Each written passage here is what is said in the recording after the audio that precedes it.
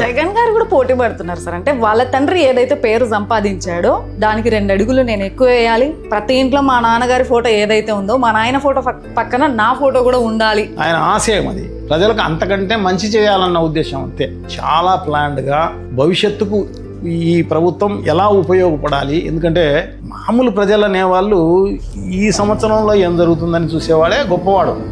ఈ రోజు చూసేవాళ్ళు చాలామంది 90%. ఈ సంవత్సరంలో ఏం జరగబోతుందని చూసేవాడు ఇంకొంచెం గొప్పవాడు.